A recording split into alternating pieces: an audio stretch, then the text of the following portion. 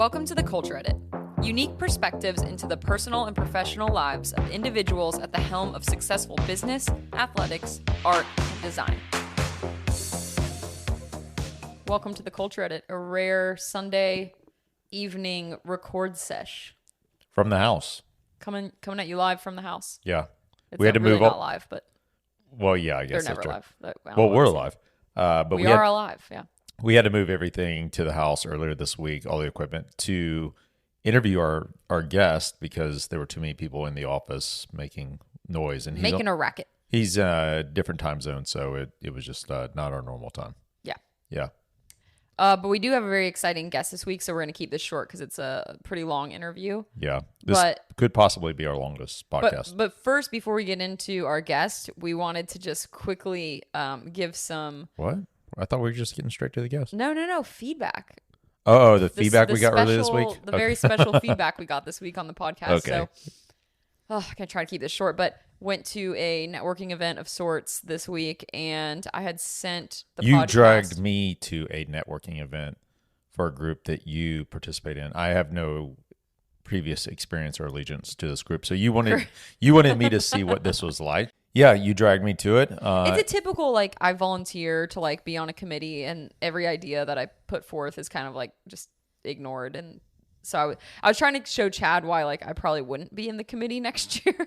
I think, a lot of people your age in particular, they struggle to be involved in business networking kind of events, yeah. Right? And so, you're, always looking for different ones to be involved in. I'm involved in HRLF, but it's more of, senior folks with gray hair, and which is, it's great. This is also senior folks with gray hair. I guess so, but yeah. Not from the same caliber. Right, not the C-suite level. So you're looking for that, and so this is a new one you've been participating in this year, and yes. You took me to the event, and...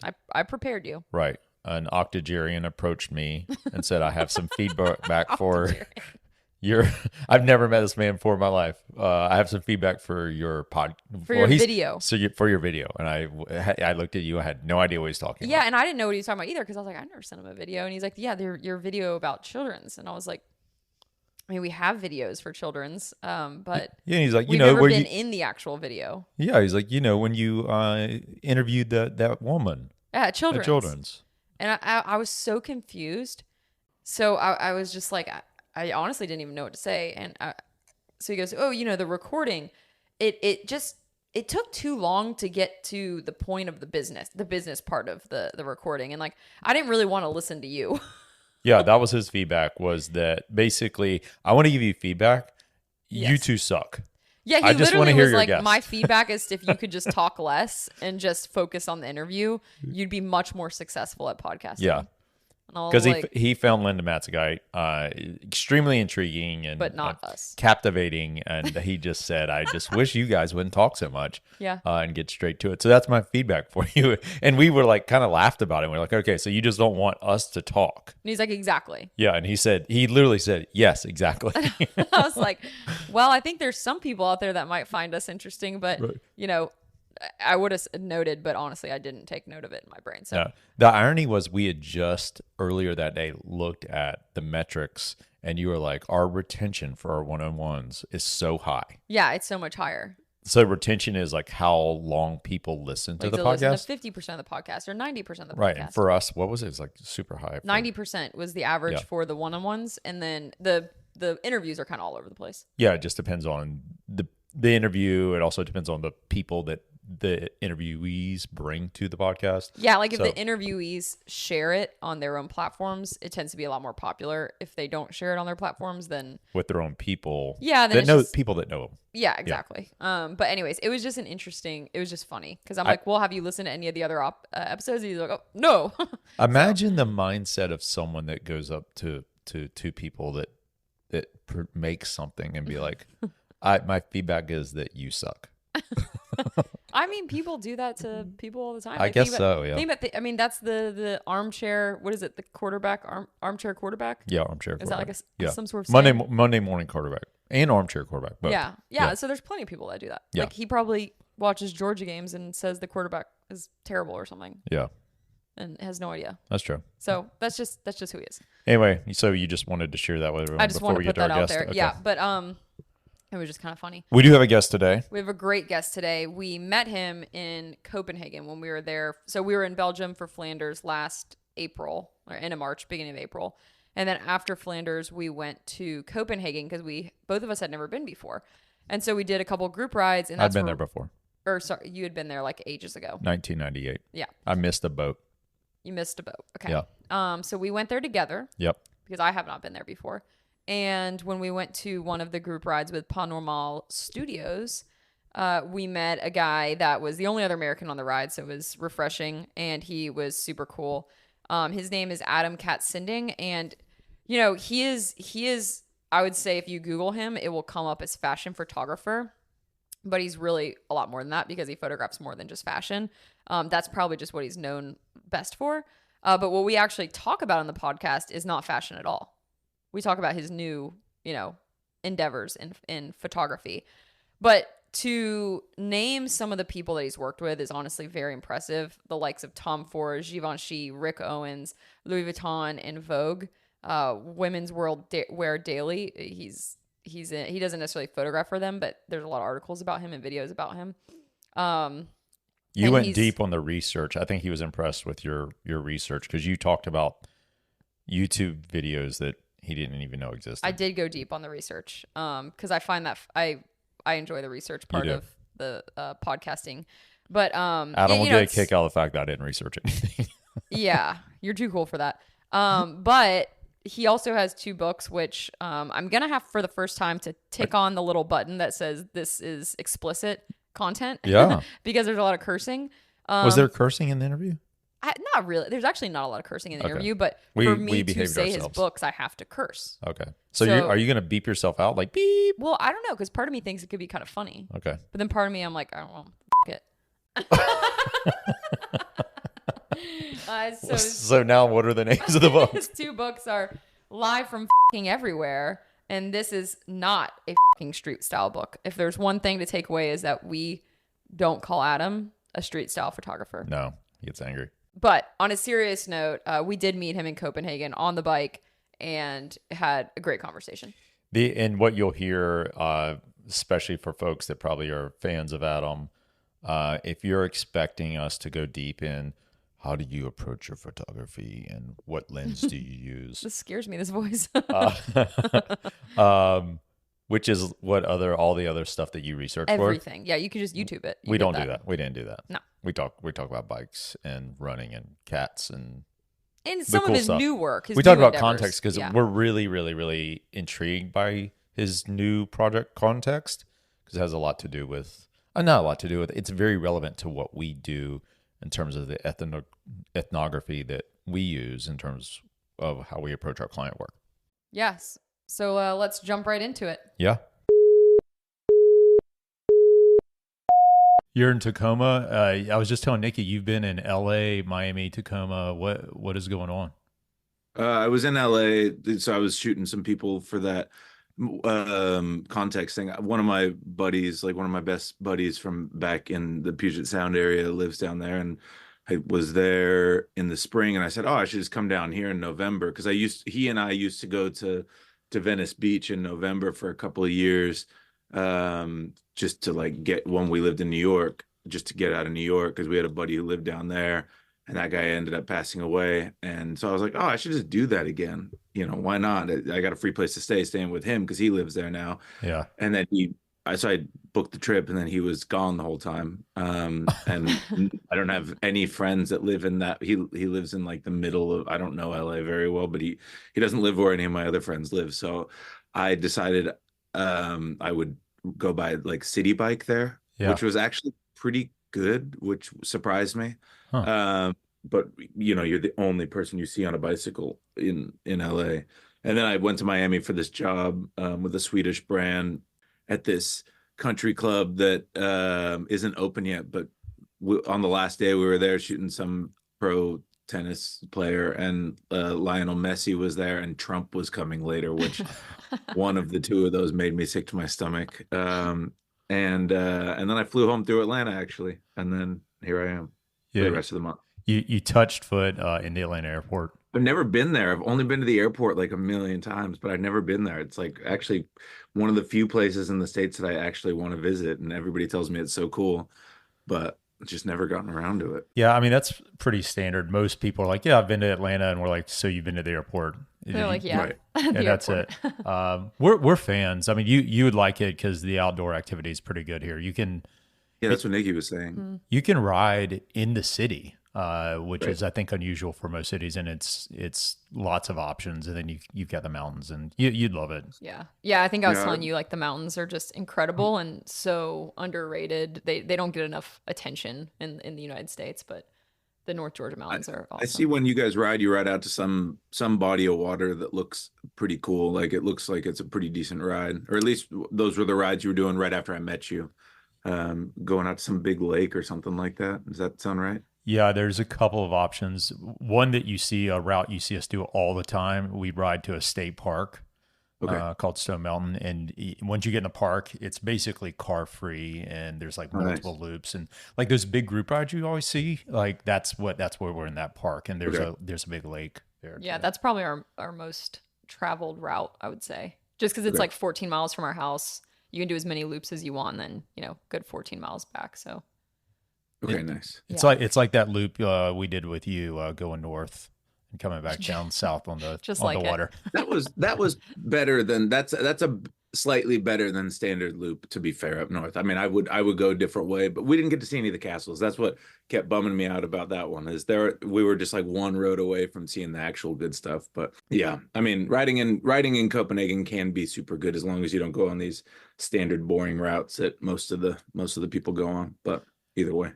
It's funny, we talked about that there, and I said, even the guys, that's not a Copenhagen thing. That even the guys here will just do the same dumbass routes, It's so weird. and Yeah. they never explore. They never like. But they also heat don't map. travel with their bikes either. So if Right. they don't understand that there's so much more out there, obviously Right. in the world, but then also in your own city. Like there's roads Right. where we'll do some group ride, and I'm like, I'm not like feeling the group ride. I'm just gonna turn off and go this Right. other way. And people are Right. like, wait, will you survive that though? Like, Yeah, because yeah, they've yeah, never yeah. turned off the route before. That's the look I get when I turned. I think I was telling Chad when we were out there. It's like, what if I turn left right now? Yeah. Like we all turn right. Like, what if I turn left? And I just started turning left. And I think that those rides are, I mean, the only thing is like the commute, like when I ride with Danes, they get a little bit frustrated because because Denmark is so small. Like I think the area that we rode in is probably about the size of metropolitan Atlanta. Yeah. And like, so like they know if you turn left, you're going to hit this stoplight, that's why you turn right. But it's like, I don't know. I want to see what's over there. It's the same thing. I'm back at my mom's house and it's like, I'm turning left a lot. Like I'm going down a lot of different roads that I never went down. Yesterday, I went through some neighborhood probably like 2 miles from my mom's that I did not even know it existed. It just looked like it was some, little cul-de-sac, and it's like a huge, probably like mile by mile block like development. Not pretty, but like I've seen it now and I hadn't seen it before. I just like kind of ticking it off the list and having a heat map that like there's no gray streets anymore. I've ridden everything in Copenhagen now. It's pretty much an addiction, but I like it. Yeah, we're the same way. You didn't get to ride Miami when you were down there, did you? No, I didn't realize that shop is not in Miami. It's like a couple miles. It's in Miami, like the greater Miami area or whatever. But Yeah. I didn't have a car. I wouldn't have been able to ride even if it was in Miami. We were having 6 a.m. pickups and getting back home at like 5, and then I was jet lagged, so I would go for runs. But to be fair, like I don't know what the riding is like down there. My runs, I would get like 1 foot of elevation gain. Yeah. Yeah. Like it's way flatter than Denmark. It seems like you would always be on some kind of arterial. Like I don't think that it's really that easy to get out of Miami. It didn't seem like it, at least. Yeah, I mean that's why I brought that up, because we love riding in Miami, but there's really like 2 options. Like they go to Key Biscayne, and which is beautiful. I mean, it's unbelievable, but it's just back and forth, and then Like they go south to Which Homestead. going south to Homestead it's cool once you get to Homestead, because they stop at this like country fruit stand with like chickens and sheep and all kinds of crazy stuff. So that's Right. kind of fun. But on the way back, she's in it for the animals. I'm in it for the animals. But on the way, on the way back though, it's like you start to get this. Okay, I haven't stood up out of the saddle in like 3 hours, and it's starting. I'm to wear used me down. to that in Copenhagen. To be fair, I actually kind of like that because then it can, for me, then it can get real meditative. Like when it's just a repetition. It's like running. You know, like you. In Copenhagen, you also never really get any hills, but like I'm not an intervals kind of guy. Like I like to cover distances. I don't need to like kill myself on the bike. But yeah, I mean, I would like to do it. I also like kind of had this moment where, because I stayed in Miami Beach, which I've always stayed in Miami Beach, and I'm like, is this like going to Paris and staying like right underneath the Eiffel Tower or something? Yes. Like, am I? Yeah. I don't feel It like is. I've experienced any like of actual Miami. Like I want some Puerto Rican and Cuban food. Like I want it to be like, you know, I want to have a real experience. Like when you go to Copenhagen, like you go stay. Where did you guys stay when you were there? We kind of stayed. We stayed in the more touristy area because we had no idea where to stay. It's like on the main tourist road where all the shopping was. Like the walking street or whatever. The walking street. Yeah. Okay. Yeah. I mean, like that's beautiful. And when I came to Copenhagen the first probably 3, 4, 5 times, that's where I stayed and I liked it.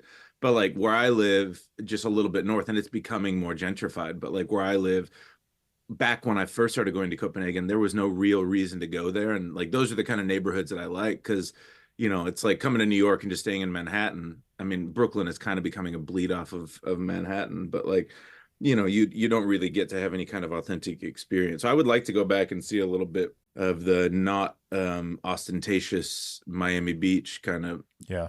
I mean, I think the Edgewater area is pretty cool. Like that's where Toothpick lives, I think. Yeah, like Art District. We stay in Brickell. Like, I've been there downtown. Yeah, but I've been there during Art Basel, so it's just like totally different. Rich white people walking around regardless. Yeah, like, it's boring. I live in a country of rich white people. It's it gets pretty boring, man. Yeah. Or Coconut Grove. I'd recommend staying in Coconut Grove. That's like a neighborhood. That's you live in Vesterbro, is that right? I live in Nørrebro, but they're similar. And I mean that's also the thing in Copenhagen. It's like the outskirts of Copenhagen are like a mile, you know, like, and you're like almost smelling horse shit because you're almost in the countryside, you know. And like 100 years ago, that where I lived like was 100 years ago it was probably working class, but like 150 years ago, I mean, they had this Danish golden age exhibit at the National Art Gallery or whatever. They had paintings of those lakes. Did you see the lakes when you were there? Yeah. You like cross this bridge. So I lived just like 50 meters north of those lakes, and there was all these paintings of those lakes before they like kind of lined up the edges, and I mean, it was beautiful. It was like proper nature. That was like the edge of the city, you know. Yeah. That's really cool. And then they turned it into like a park more, which is they're super pretty. Yeah, I feel like we didn't go to Copenhagen at the right time. Definitely because we went when it was was that this March. year? No. It was in March. Yeah. No, April. It was this first of April. Yeah. It was earlier this year. Because you were at Flanders or whatever, right? It was so cold, and every time we walked outside, I was like, why didn't we come here in the summer when it was nice and everyone's swimming in the water? To be fair, it wasn't that cold when you guys were there. I remember that. To us, it was cold. Yeah. Need to do an proper welcome because we kind of jumped right into it. This wasn't it? Okay. Sorry. I thought that was it. No, this is the welcome, but I need to do the welcome to the culture edit. Oh, okay. Because I have to edit that part in. Oh. So welcome to the culture edit, Adam. Thanks for having me. I brushed my teeth. Even though you won't be able to smell it, I brushed my teeth. That's nice. I thought that was a bit ironic. It's a good start for the day. It is. Start you off right. I do want to say like kind of how we met, because it was funny. I was talking to Andrew, one of the guys in our office. He's also a photographer, but he does aerial photography where he hangs out of helicopters like all over the place. Oh, man. It's super cool. Actually, that picture behind us is the Gray Glacier. And is that in Alaska? No, Patagonia. It's Patagonia. We hiked on it. Yeah, we actually hiked on it. So he gifted it to us because he was like, "You've been there." But I was telling him we were interviewing you. I was like, "Yeah, he's a really great photographer as well." And he's like, "Oh, like what is that? Like how do you have this connection?" And so I was telling him it was through cycling, which is ultimately the through line kind of for this whole podcast is we meet people, business leaders or photographers or musicians or whoever it might be, anything that's has to do with culture of some sort of subculture, and we try to meet them through cycling or running or whatever it may working be. out. Yeah, because I don't know, it's just an interesting through line. So I think to talk about how we met, to give you from my point of view, because I was a little bit. So we went to the Pod Normal group ride, the men's only ride. I had gone to the women. Was it? Yes, so I went to the women's Was it only. gender specific? Gender specific, and I've actually Oh, never that's- like there's women's wow. rides everywhere, but like that's more of like a loose kind of term in the U.S. Like anyone can kind of show up. So I went to the women's ride on Saturday, and the men's ride was on Sunday, and I was thinking, oh, like they're just separating it in case people want options. But when I showed up to the men's ride, it was like I had four heads. And Were you the only girl there? I was the Yeah. only girl, and the I girls didn't even realize. the girls had warned me the day before. They were like, I mean, you can go, but like they might try to like drop you or leave you or whatever. And Or I they're was like, they're gonna go so they're hard. gonna go really hard, and Yeah, like, right. but it was funny because the girls I rode with before were awesome on Saturday and super strong, like some of the strongest women that I've ridden with. So that was really awesome. And then going to that ride, it was just funny because I think our average speed was actually slower than the women's ride. It was. So I Oh, met, yeah, I don't think that was a fast ride. I messaged them all after. I was like, you would be fine on the men's ride. Just go to it, like break the ceiling. Weird. But anyways, the funny thing is I see you and Chad at the front. Like I'm talking to some guy that I think was from Mexico. You and Chad are at the front. I just thought you were a Danish guy. Like I didn't think there was another American on the ride. And then all of a sudden I can hear your voice like booming over everyone. Well, the Danes don't really talk that much, right. so it was quiet. And then I just heard like some curse words. And I'm like, that definitely sounds like an American, or Me. A few curse words. a couple sprinkled in there. Sure. I think we were complaining about the fact that we were the ones that had to pull the whole damn ride. Yeah. We were up front for like 85 kilometers. Yeah, exactly. The visitors. But anyways, it was just funny because I was so excited. Like once I was like, oh, it's another American. That's so awesome. Yeah, yeah.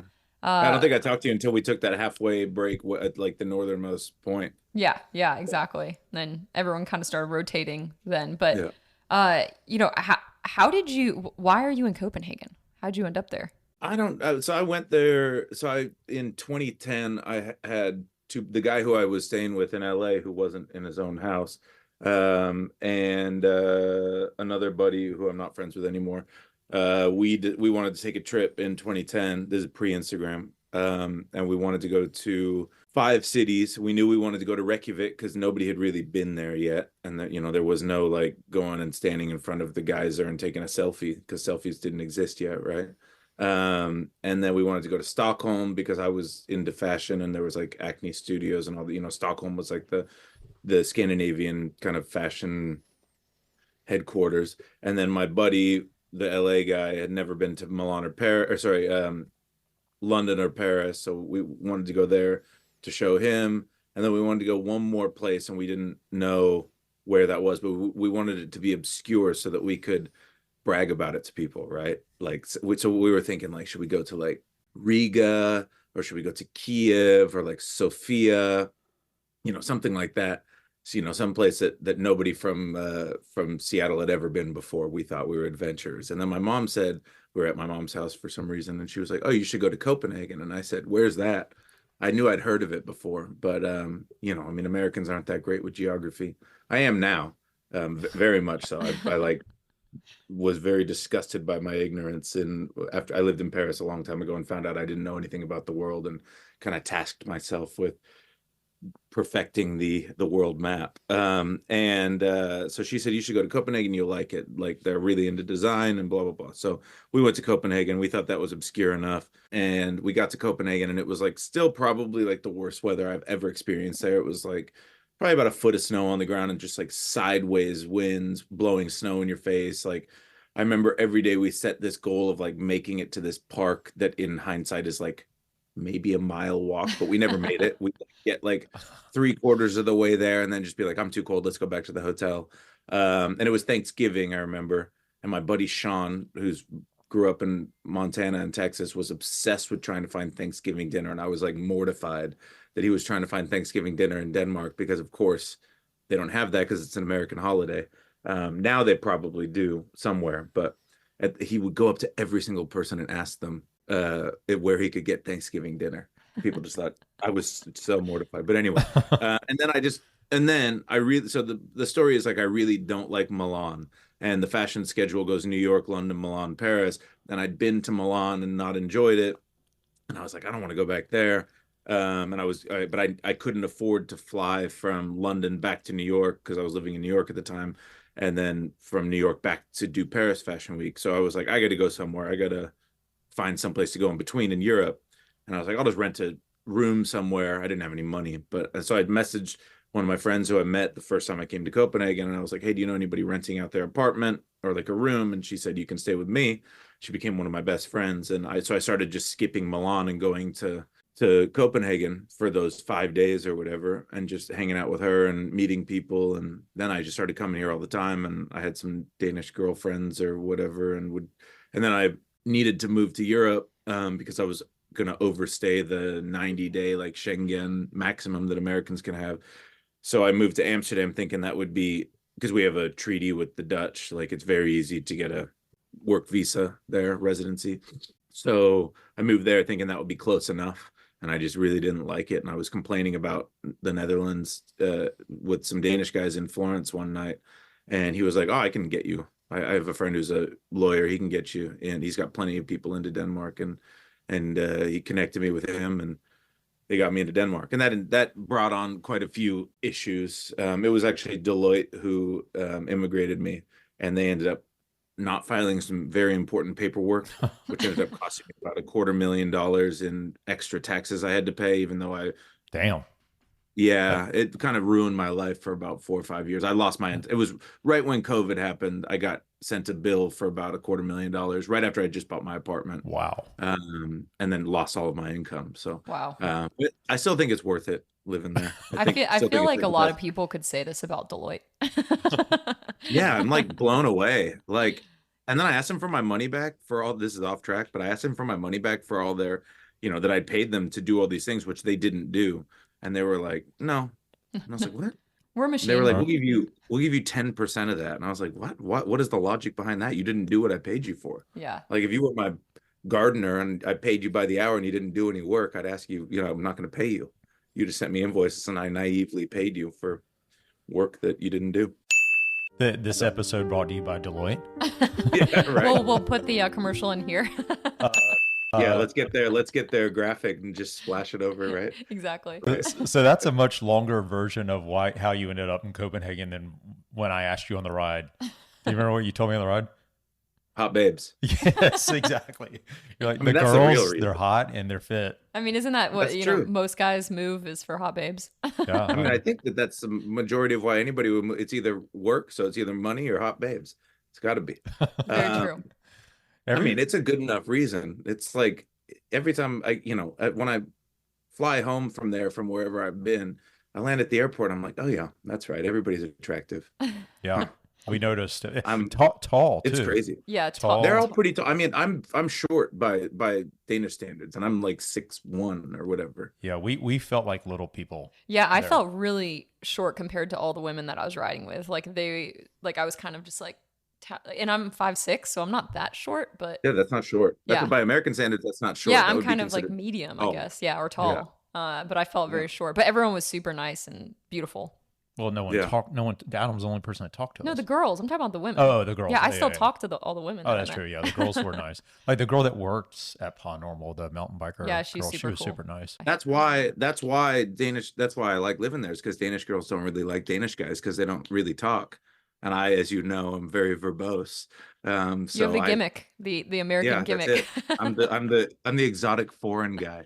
Exactly. That's my angle. We joke about that. One of our best friends here in Atlanta, he moved from Belgium a few years ago, and he always says like when American guys or American women come to anywhere in Belgium, you're just like everyone is attracted to you because it's just that like something that they haven't experienced before. It's that loud kind of in your face personality, which is different. Yeah. It can go both ways, like for sure. I mean, I also like it can be used as a, I get the, oh, you're so American kind of thing, which I'm like, man, you should meet some real Americans. Yeah. like I am like, yeah, sure, I am, but I'm definitely not that American, Yeah, just go sit on the plane train in Atlanta airport, then. Oh, I love that thing. You'll meet the real America. For sure. I mean, I remember I landed, my first time ever going to Atlanta airport, I landed there coming back from when I lived in Paris and being like, realizing I hadn't seen any obese people in like, and Atlanta's a real good place to get introduced to like morbidly obese people. For sure. And yeah, and that's why that train exists, I think, is to get those people across the airport as fast as possible. It's funny you should say that, because we just came back from New York and we landed on Saturday, and we had the exact same thought. Because New York, you don't see that as much, but when we got to Atlanta, we're like, God, there's like a lot of unhealthy people. It's definitely I know. I mean, I'm not shaming it in any way, but it definitely is an American issue that does not exist. I mean, maybe it exists in Denmark in the countryside, but you never see that. I am by far the highest body fat percentage of anybody I know in Copenhagen, by far. Like, all my friends have 6-packs. I mean, it's just because they were put on a bike, but 5 years before an American kid would be put on a bike. No, I mean, I feel like I'm going to be one of those parents that gets chastised, because if I have a kid, I'm going to they're going to be on a bike, nonstop, and not just a bike. They're going to be doing all kinds of stuff. It's going to be like when you see these the Ukrainian father who gives their kids steroids, and the 3-year-old is just jacked. I'm going to be that father. Punching the tree. The kid punching exactly. the tree. Yeah. Exactly.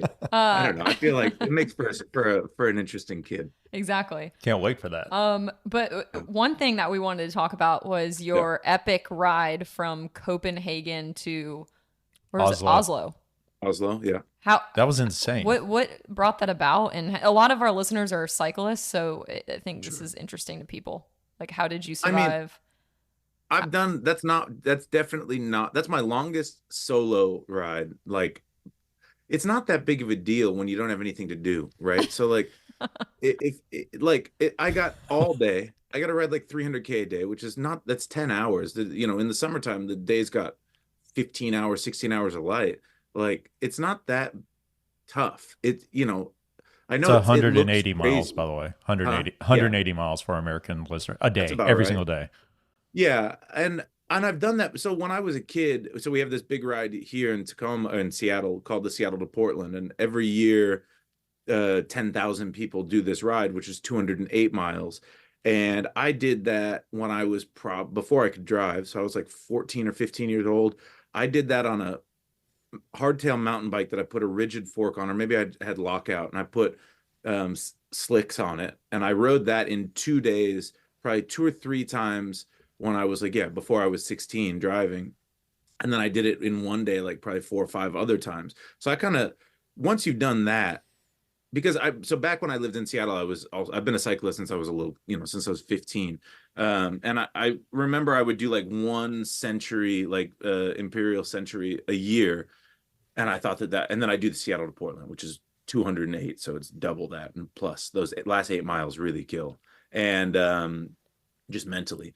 And so I was well, the Seattle to Portland happens the second week of July. And then after you've done that, everything's easy for the rest of the year. 100 Century is so easy after you've done that. Yeah. So you just get on the bike, and I needed to be in Oslo anyway for this fashion week that they have up there. And the previous summer I'd ridden from Stockholm back home.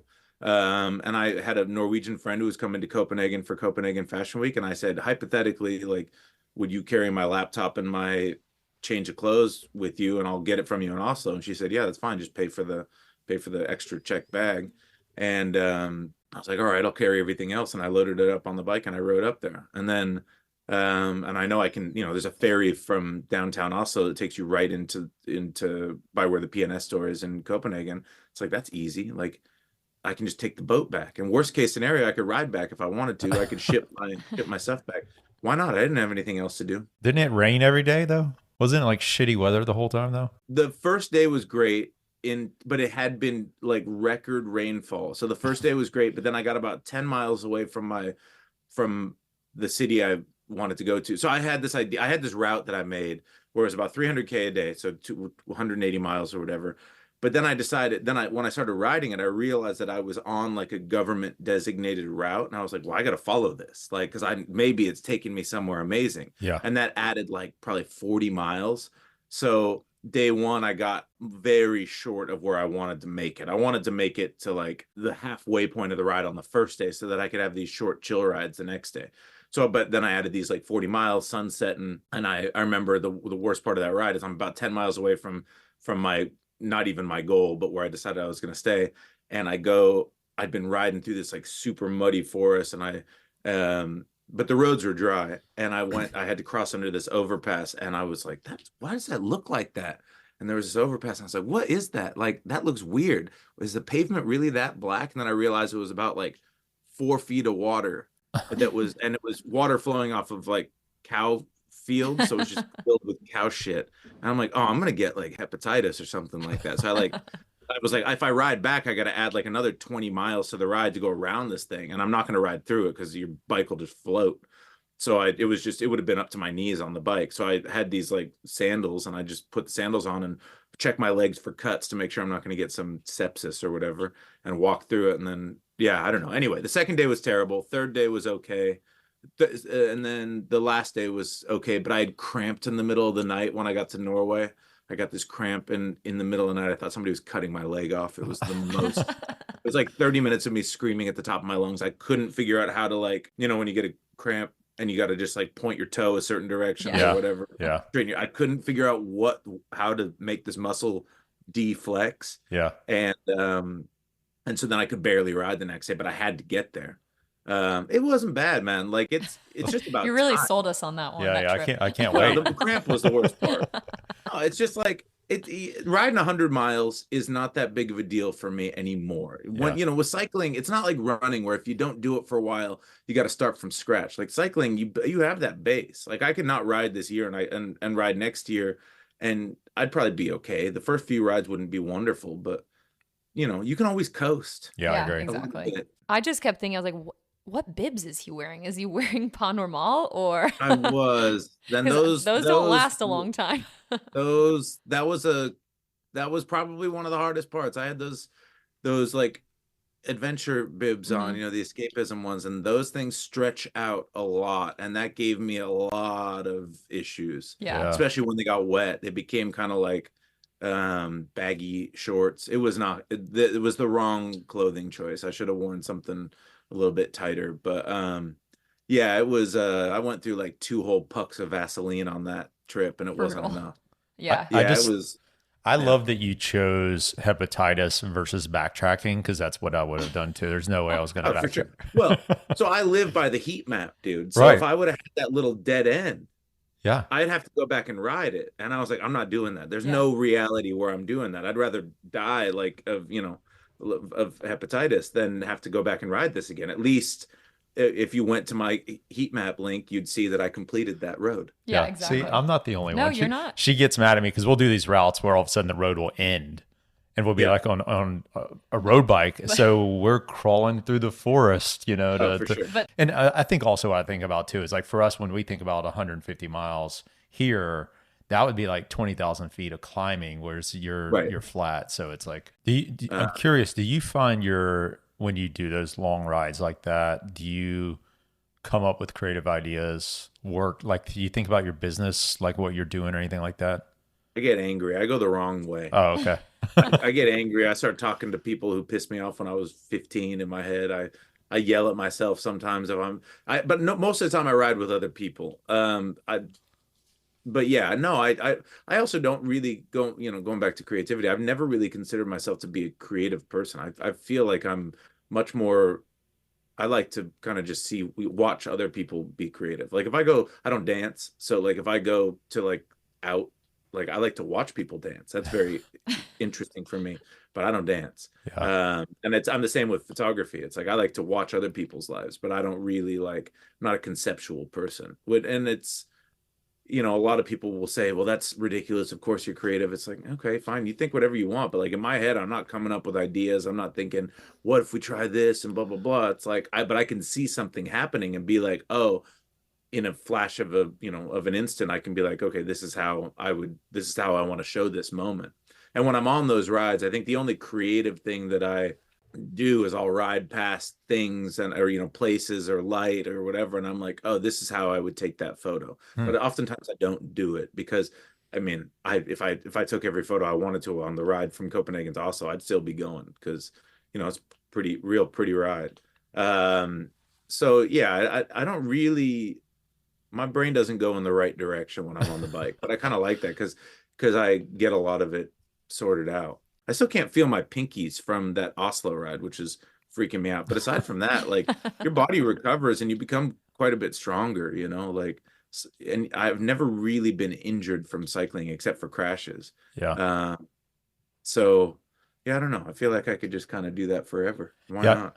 Yeah, so switching gears from cycling a little bit, you know, you obviously have started posting and sharing a lot of stories and photos within your context. I guess not campaign, but you started doing this new thing where you're giving more context behind a lot of the photography, and it seems like it's a lot of personal acquaintances that you have. Tell us, you know, why you started that and where that. Even though you said you're not creative, you created this new Well, so, thing that you're doing. yeah, that's not. I agree to disagree with that. So basically, the whole idea is like that's so back when I started taking photos. So let's go back to like when I went to Copenhagen the first time. That was the majority of the reason why I wanted to travel to those places was because I was taking photos of people randomly on the street. So I'd walk up to you and I'd say, "I'd like what you're wearing." I'd say, "Can I take a picture of you?" And then I get your name, your age, and the brands you were wearing or whatever, and I'd tag all that.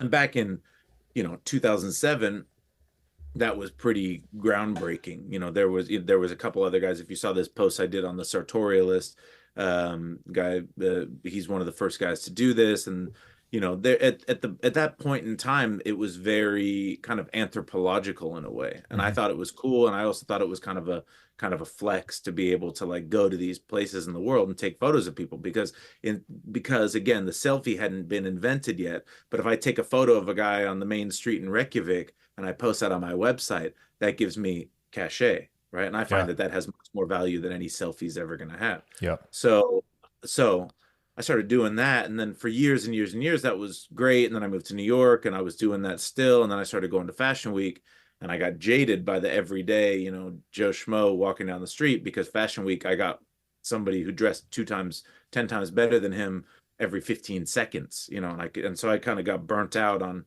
taking photos of real people on the street because I was bombarded with so many interesting people at Fashion Week. Yeah. And then the kind of fashion industry grabbed hold of that and started infiltrating the authenticity of those people at Fashion Week. And after, let's span forward 8 years, 9 years, 10 years, the people who I was photographing at Fashion Week with the intention of it being anthropological and documentary, it ended up just being product placement and all sponsored, hashtag industry plants.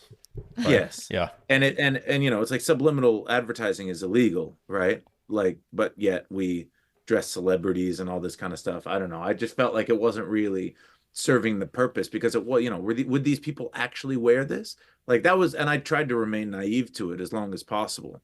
But at a certain point, like you go outside of a fashion show and you're like, oh, every single person is in head to toe this season of this. It's like, this is not a coincidence.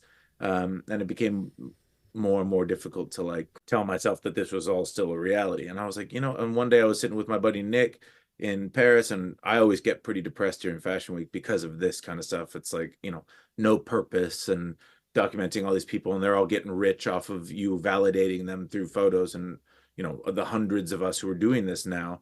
And back when I started, there wasn't that many people doing it. There was maybe 20 of us at maximum, and that was seen as like an obscene amount of photographers.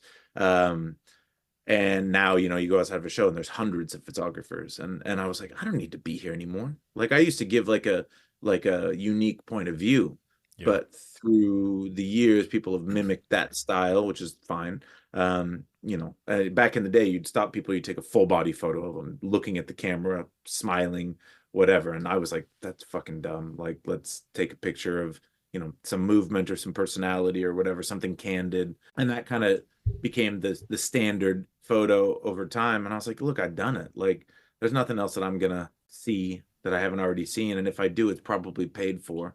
So I was like, let's go back to it and just start taking photos of normal people. And like, if they happen to be wearing cool clothes, that's cool. But I also during COVID, I did this podcast called So What Else Do You Want to Talk About? And I would interview people from different industries, but primarily people I knew through fashion.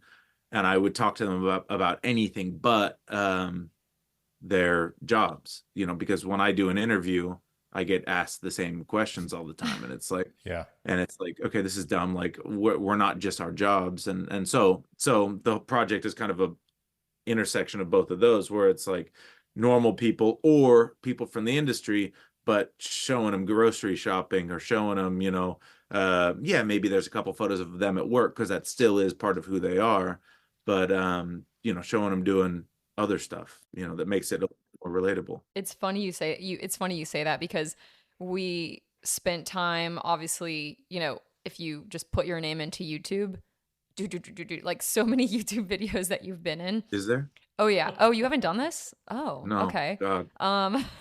There's a lot. I don't know if I want to. And the funny thing is, it spans back to, like, I like to do this thing where if I find like a YouTube channel or a podcast, I try to go to the first like episode that I can find and then compare it to the last episode, because that's always an interesting thing. Right. One of the first things that I could find of you was like 10 years ago, and it was with Steve Madden. It was like a behind the scenes with our people of Steve Madden, and then fast forward to some of the like Women's Wear Daily, like that one's cool. The Women's Wear Daily one, I know. The Steve Madden one, I don't remember that at all. But the funny thing is like, if obviously didn't watch all of them, but if you sporadically jump a couple years at a time, to see your evolution as a business person, as a photographer, and just like personally as a person is actually, it's really, well, it's cool. Well, you're maybe more like edgy. I don't know. You're more yourself, or at least that's how I felt. You just were more yourself.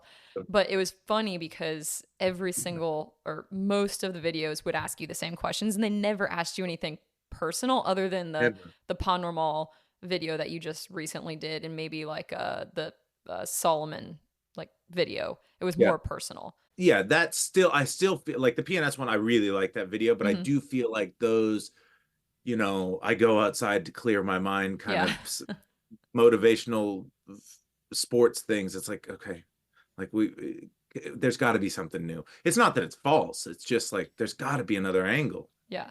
It's like, and that's like you guys meeting all these different people through cycling. It's like I meet everybody through fashion and through cycling and through running and whatever. It's the same. It's like we all do all these different things. And it's like, I think that I started figuring it out when I started going to Fashion Week, and during the men's fashion weeks, we would, a couple of the buyers from some of the stores were athletes as well, cyclists or runners or whatever. And we'd do these runs.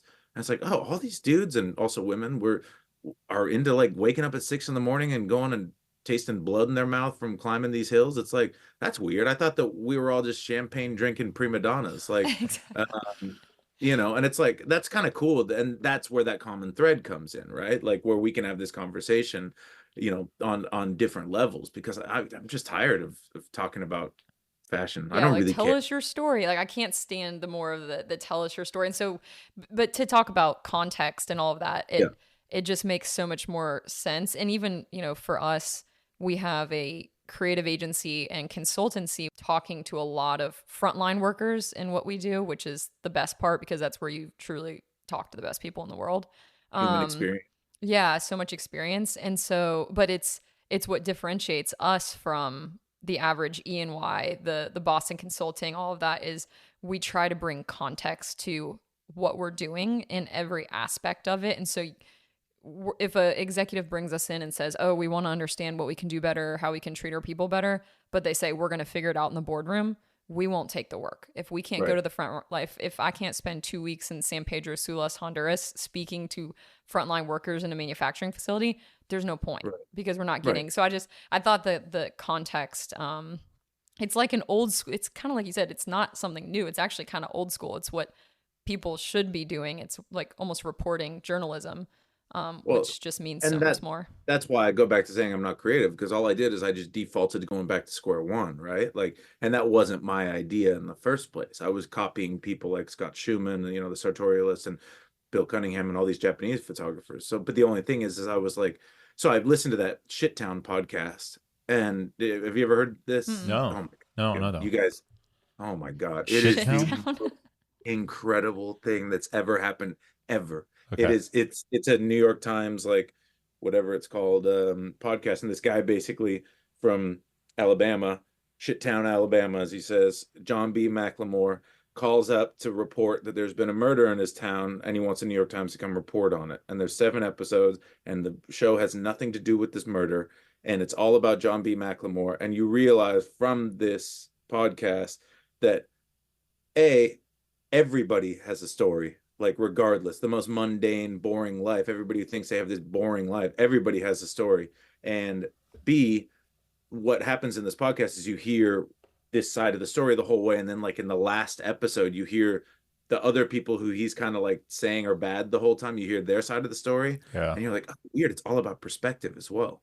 Exactly. And then I was like, when I started doing this context thing, I'm thinking about this podcast that I heard, and I'm like, okay, like, is this going to be some ego stroking, like, you know, me and my life and blah blah blah, which is fair enough, like the only thing I can talk about.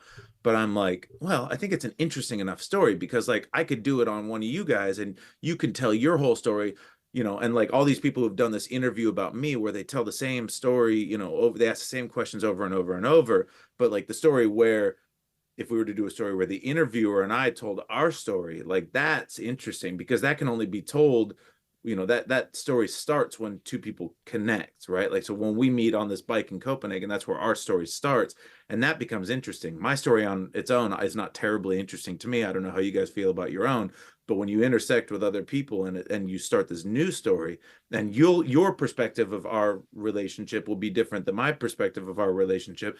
So when I write these things, you know, if it's ego stroking or whatever, and I present it, and, you know, I tag these people in these photos and these stories, I wonder if they've experienced it in the same way, or if maybe they see that I'm completely delusional. Maybe I'm talking about this person that's my friend, and they're like, I would barely consider him an acquaintance, but hey, you know, whatever. It's like, that's my perception, and I think that that's interesting enough. And also, I'm never going to write a memoir, because I don't have the attention span for it. So I may as well start my little journal now about all the people that I've interacted with. Enough people through my life. I could probably do 3 of these a week for, you know, the next 50 years and still have a surplus of people to photograph. So I just feel like it has a bit more depth to it. The only issue is I have no idea how I'm going to be able to pay my mortgage. Yeah. That's always a challenge.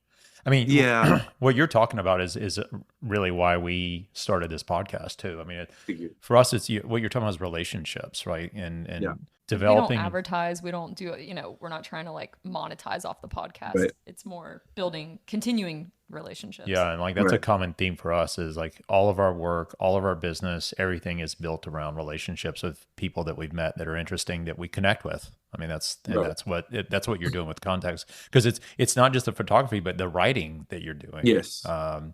You know, there's an element of the writing there that I think is really important on the storytelling. Because if you just had those really cool pictures, like I think about the new one you did with the Danish professional cyclist. Yeah, Louis. Like, like how many professional cyclists do we all, you know, see? As you live in Denmark, so there's tons of them, but adding the story piece of it, I think that's what speaks to the relationship. Yeah, I mean, definitely. And you know, I thought in the beginning, when I decided I was going to do it, I thought to myself, okay, I'll just take these photos. It'll be different. I'll put a collage of photos together, and that will tell the story. And I was like, then it runs the risk of becoming. So the reason it's called context is because everything else is content, right? We're always called content creators, and it's so like demeaning, in my opinion. You know, and it's like, I don't want to fucking create content, man. Like, you know, at least give me the opportunity to call it something else. And so I'm sitting with that German, you know, kid, Nick, my buddy Nick, and he's like, yeah, there's just no context in any of these photos. It's a woman crossing the street wearing a pretty skirt, and it's like, oh, I was like, I should just call it context. It's not my idea. I'm not a creative person. And I was like, I'm doing it. Then he was like, that's cool, and I just decided to do it, you know. And I feel like I'm at Fashion Week still. I'm still arguably taking photos of the same people, but I'm going into their houses, and you know, because I don't know if you guys follow, I mean, if you're familiar with many photographers or whatever. I'm actually not. I never have really like tasked myself with researching a lot of photographers, but one of the photographers who I am a really big fan of, and who I've always kind of been envious of her ability to do this, is this American photographer, Diane Arbus. And she, I mean, you have to look it up. She's incredible, but she would just like invite herself, or like go into people's lives, generally people from like subcultures or like whatever, and like she was from, I think she was a New Yorker. I believe so. Again, shows how much I know, but she kind of was, I think, had like a wealthy husband and like, lived this kind of like aristocratic kind of life. And I think that kind of bored her. And she was like, I got this camera. Let me just go see if I can talk to some different people, and would go, to some circus workers' house and take photos of them or whatever, and or to a Santa Claus convention in the 1950s or 60s or whatever. See, I'm digging my own grave, not knowing but whatever. But I was like, that's so cool. I wish I could do that, and I still don't really think I could walk up to like, somebody who I don't know at all and be like, hey, can I come into your house and because I feel like it's exploiting in a way. Yeah. Especially like she would photograph a lot of people who are quite different, people with birth defects or like giants or like a family of little people or whatever. And it's like, I don't know if I could do that and not feel like I was like exploiting them. But I do have a big enough network of people around me to where I won't feel like I'm exploiting them because I have a story to tell. Right. Yeah.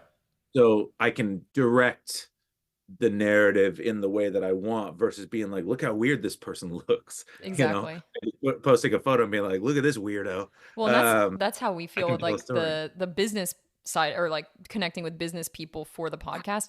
We struggle with just essentially cold reaching out to some CEO and being like, hey, can you be on our podcast? Because that's not what we're doing. And it feels like, Right. even though, I mean, to say you're exploiting a CEO is kind of ridiculous, but see, but it doesn't feel authentic. It feels like, and that's why, to your point earlier, we went through the avenue of, if we meet them on a run, if we meet them on the bike, Right. if we meet them at some sort of, physical event like that, the gym or whatever, it just feels so much more authentic to have those commonalities. I'm curious about your process. The way you're talking, do you put like a publishing deadline in your head? Like, I took these pictures and I got to get Louis out by this date. Is that what's driving your procrastination? There was no, I mean, I want to publish every Monday and Friday at 9 a.m., but Okay. I'm waiting on getting the creatives from Pentagram sometimes, because they do this, for me, this is a much bigger project than what they originally signed on for. So they get them to me as soon as they can. So sometimes I have to skip a publishing date because they're just busy with, real clients. Okay. But the only one that I really had a deadline for was for Nikki, who's the editor-in-chief of Marie Claire, because it was the night before her first like front to back magazine with Marie Claire since she became editor-in-chief. So she had asked me if we could publish it right around that time, and so that was the only one. Otherwise, it's kind of like also one of the other points of it is during Fashion Week, everything needs to be out now. Like, you need to edit these photos and get them out now, or you should have just never taken them because they're dead. So the whole thing with this is, it's like, they need to just to happen when they happen. So like, maybe I'll meet it, because they can't just happen in one meeting. I have to meet the people at least twice, maybe 3 times. Yeah. So it's like, if I meet somebody, like I want to shoot some people while I'm back here in Tacoma, it's like, I'll shoot them now. And then it's like, oh, maybe I'll get them next summer for the second one when I come back, or maybe a year from now. But once it's done, I want to get it out as soon as possible. That's cool. Pentagram are good friends to have to be helping you. It looks really, really good. Yeah, they do a really, really great job. But I do feel a bit guilty because it is like a much bigger project than they took on a couple of years ago. Do you think maybe there's a future, like, do you see a future in like featured journalism? Like, is that, because that's what I kind of feel like this is doing, right? Like, how so? Well, you're just talking about like, how do you monetize these ideas? Like, how do you monetize, it's about getting attention. And I'm thinking like, okay, who's getting attention? Whose attention are you getting? And I mean, to me, it's like the feature journalism, kind of old school magazine features, those kind of things. Like, well, I'm just afraid that like, if my photos don't go with my words in that context, if my photos don't go with my words, it's not the same product, and my words definitely are not like high level, like I use a lot of improperly formed sentences that won't work in the same way if they are properly formed. So, my diction is intentional, and like the way that I write is much more meant to mimic the way that I speak. than, if you were to read like a movie. Sometimes people say things in movies and you're like, nobody would ever say that. Like, you wouldn't say it like that. I get it, but like, could I write these stories for a magazine and they be, still used in the way that I write them, or would an editor turn them into proper sentences and then it loses its voice? And in my egotistical point of view, I think for me, it's the combination of the two that makes it a unique product. So we'll see. Yeah. Let's see. I'm also afraid that like the moment that it becomes monetized, that it will lose its integrity, and then I'm right back to square one. And then what do I do? Yeah. I'm broke. Like, Well, to change subjects a little, but not. Yeah. I know one thing that makes you happy is a good cat of the day. That is 100% true. Every time you post the cat of the day, that makes my day. Good. Are you a cat person then? I love all animals. Yeah. Animal person. Well, we don't have a cat, but I love cats. You would take. You have pets? Yeah, we have 2 dogs. But I grew up with I grew up kind of on a farm in Orlando, and so we had horses, goats, dogs, cats, birds, all kinds of. So I just love all animals in general. Yeah. So the cat of the day post is. Awesome. I think the time is coming to get a cat. I'm doing a little remodel on my apartment, and then once that's done, I think maybe it's time. But we'll see. I also kind of feel bad having an indoor cat. Yeah.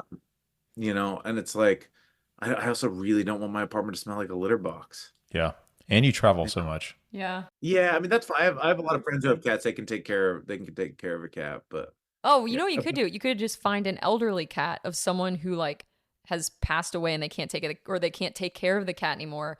And you help the elderly cat live out its final years. So then it doesn't need. And I have to be there when it dies. Well, yeah, but I don't want that. I want to go start to finish. It's like if I get a plate of French fries and you take one, I didn't eat all my French fries. I want all of the French fries. I will eat the last French fry and the first French fry. Don't take my French fries.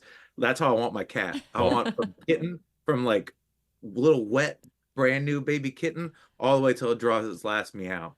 Aww. Well, don't eat French fries with Nikki, because you will not get all your French fries. Yeah, I guess I'll just avoid. Just order your own.